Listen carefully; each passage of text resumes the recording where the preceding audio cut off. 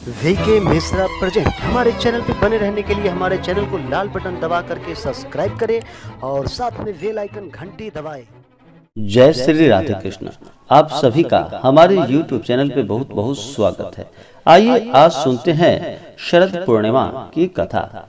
शरद पूर्णिमा को कोजागरी पूर्णिमा, रास पूर्णिमा और कौमुदी व्रत के नाम से भी जाना जाता है। यह बड़ी पूर्णिमा के रूप में शरद पूर्णिमा का व्रत मनाया जाता है। आश्विन माह की पूर्णिमा तिथि को शरद पूर्णिमा के नाम से जाना जाता है।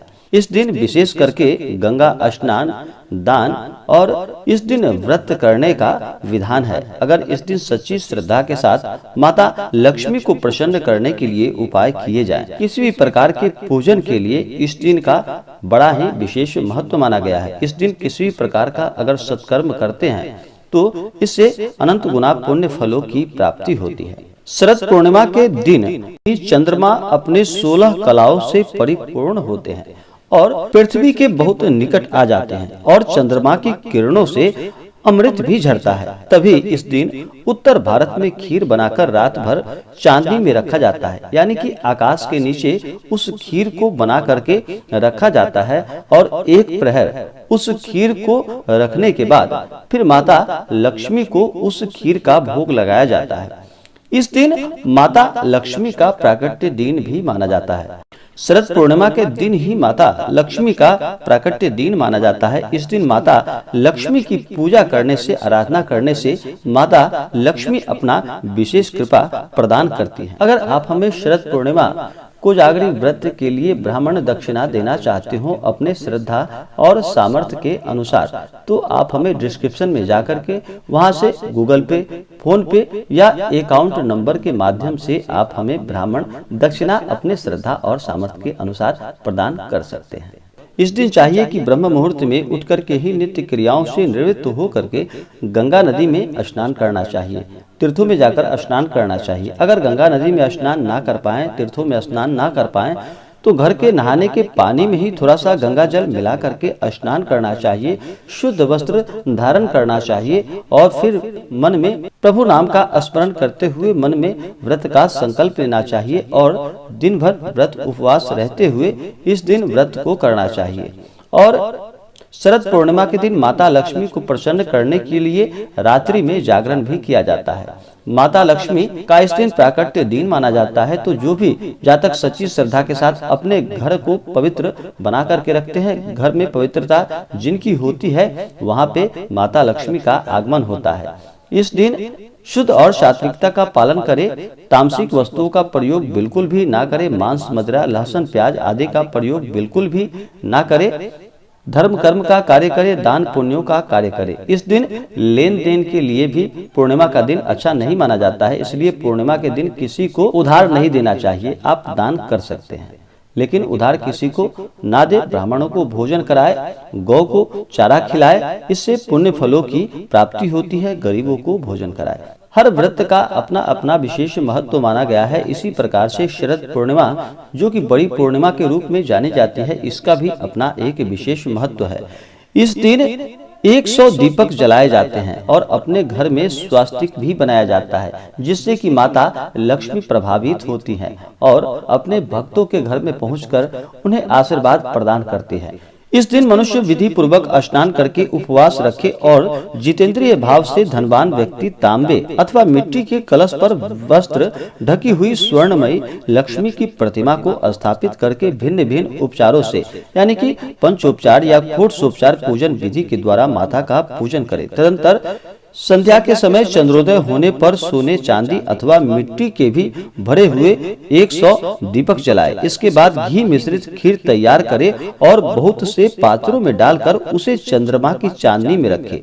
जब एक प्रहर यानी कि 3 घंटे बीत जाएं, तब माता लक्ष्मी को खीर अर्पण करे। तत्पश्चात भक्ति पूर्वक अगले दिन जा करके माता को, जब रात को आप पूजन कर लेते हैं, तो फिर माता का पूजन करने के बाद अगले दिन जा करके उस खीर को ब्राह्मणों को भोजन कराया जाता है और गरीबों को भोजन कराया जाता है और खुद भी उस खीर को प्रसाद के रूप में ग्रहण करना चाहिए। इससे पुण्य फलों की प्राप्ति होती है। इस दिन स्त्रियां मांगलिक गीत गाकर तथा मांगलिक कार्यक्रम करते हुए रात्रि में इनको जागरण करना चाहिए। तदंतर अरुणोदय काल में स्नान करके माता लक्ष्मी जी की स्वर्णमयी प्रतिमा अपने श्रद्धा और सामर्थ्य के अनुसार अगर आप दान कर पाएं तो दान आपको करना चाहिए। इस रात्रि की मध्य रात्रि में देवी माता महालक्ष्मी अपने कर कमलों में वर और अभय लिए संसार में विचरण करती हैं और मन में संकल्प लेती हुई कि इस समय भूतल पर कौन जाग रहा है, जागकर मेरी पूजा में लगे हुए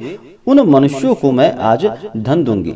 इस प्रकार हर वर्ष किए जाने वाला यह कोजागर व्रत माता लक्ष्मी जी को संतुष्ट करने वाला है। इससे प्रसन्न हुई माता लक्ष्मी इस लोक में तो समृद्धि देती ही है और शरीर का अंत होने पर परलोक भी प्रदान करती है।